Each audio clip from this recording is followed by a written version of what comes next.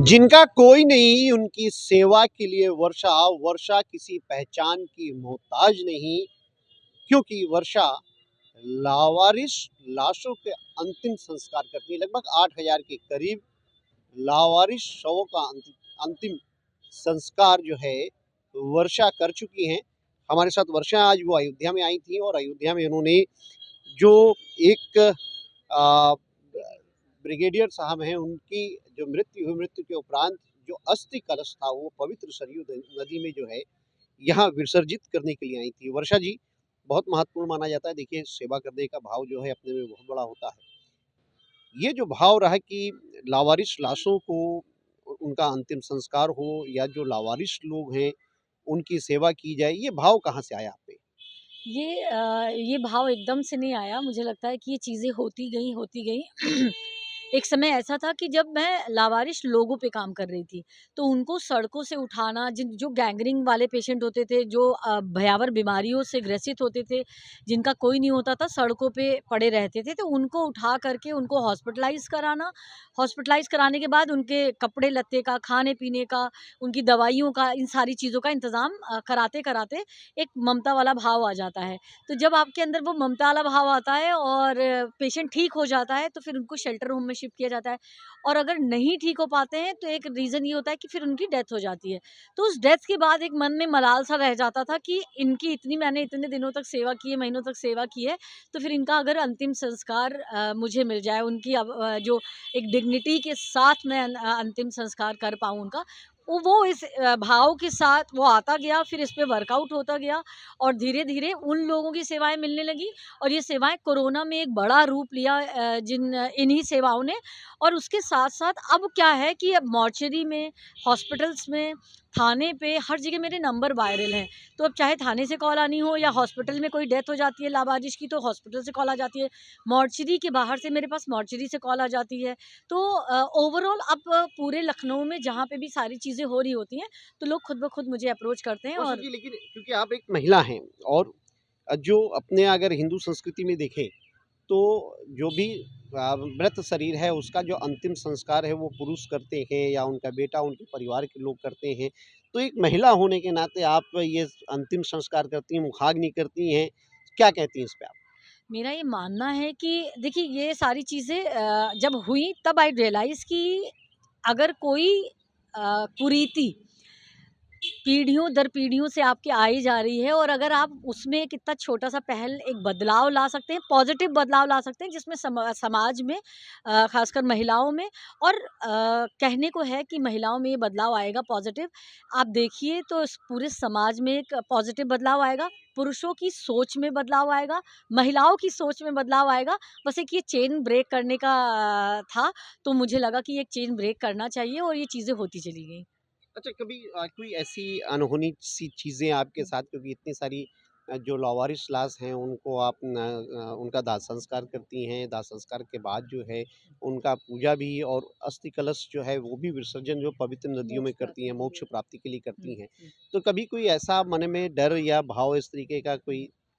हाँ, मुझसे बहुत सारे लोग ये पूछते हैं, उनको लगता है कि कुछ ऐसा होता होगा।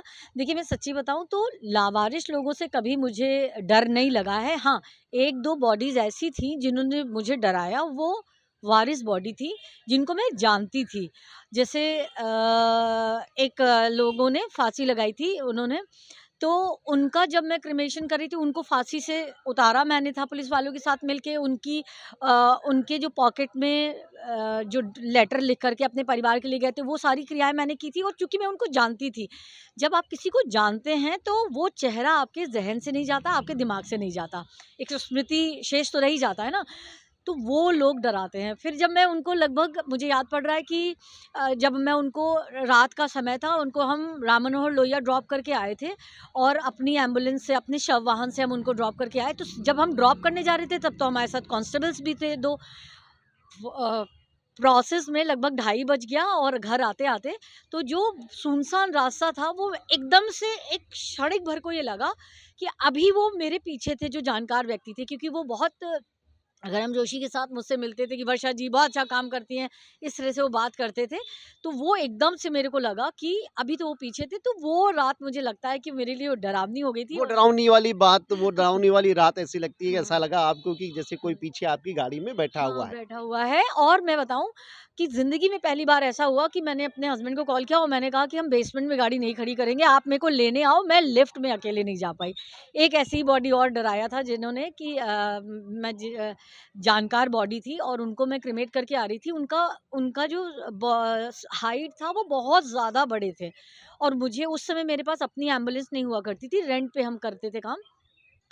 वो जो ओमनी वैन होती है जो जिनका दरवाज़ा बीच से खुलता है, तो ओमनी वैन में मैंने उनको रख रखा था। वो इतने लंबे थे कि उनका पैर ऐसे मैंने गद्दी पे रख रखा था और उनका जो सर था ऐसे नीचे था और उनको टारगेट ये था कि दरवाज़ा नहीं बंद हो पा रहा था, वो इतने लंबे थे। तो टारगेट ये था कि पैर ऐसे मुझे अड़ाना था और उनको एक हाथ से पकड़ना था और उनकी वो दोनों आँखें मतलब हार्डली कभी ऐसा होता है, उनकी आँखें बंद नहीं थी, खुली थी। अगर आप जानते होंगे शवों के बारे में तो शवों की आँखें जनरली बंद हो जाती हैं।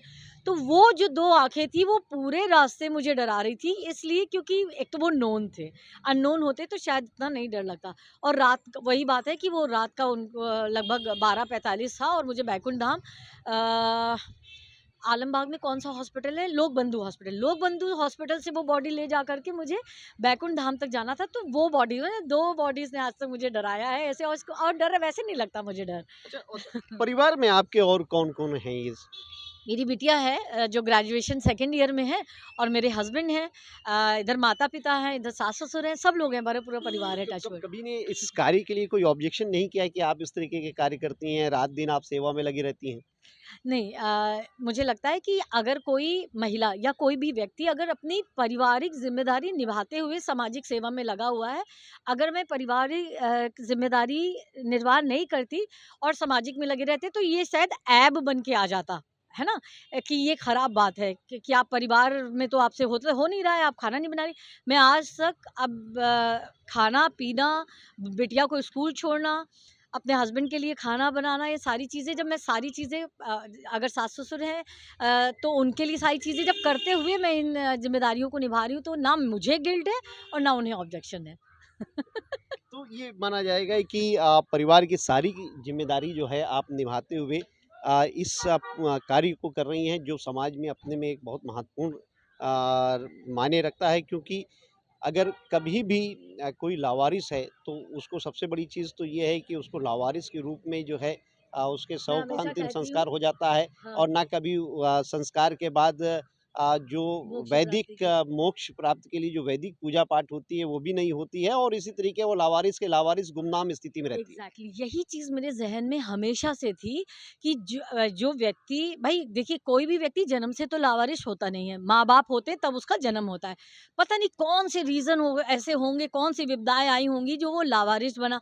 तो लावारिस के समय जब वो मुझे नहीं मिलता है तो मुझे हमेशा से ये लगता था कि ठीक है लावारिस होते वक़्त मैं नहीं थी शायद, लेकिन अंत समय उनका कंधा अगर मैं बन करके उनके परिवार की तरह ये ज़िम्मेदारी निर्वाह कर दूँ और मेरे अंतिम समय उनके अंतिम समय मेरे कंधे अगर उनके साथ हैं तो और डिग्निटी के साथ जो मुझे लगता है सबके लिए बहुत ज़रूरी होता है और हमारे हिंदू समाज में तो कहा भी जाता है कि अंतिम संस्कार एक डिग्निटी के साथ होना चाहिए प्लस सिर्फ अंतिम संस्कार नहीं उसके जो हमारे हिंदू समाज में हमारी धर्म में जो है रीति रिवाज भी यही है कि मोक्ष प्राप्ति के लिए एक पूजा ज़रूरी होती है तो वो पूरी जब क्रियाएं हो जाती है तब एक आत्मसंतुष्टि मिलती है और ये लगता है कि ठीक है कि कम से कम अगर 1000 लावारिस थे, तो अगर हम 1000 में से अगर हम 500 भी लावारिस लोगों का कंधा बन पाए, तो मुझे लगता है कि मेरा तो जन्म सफल हो गया। अच्छा, आज आज अयोध्या आना कैसे हुआ आपका?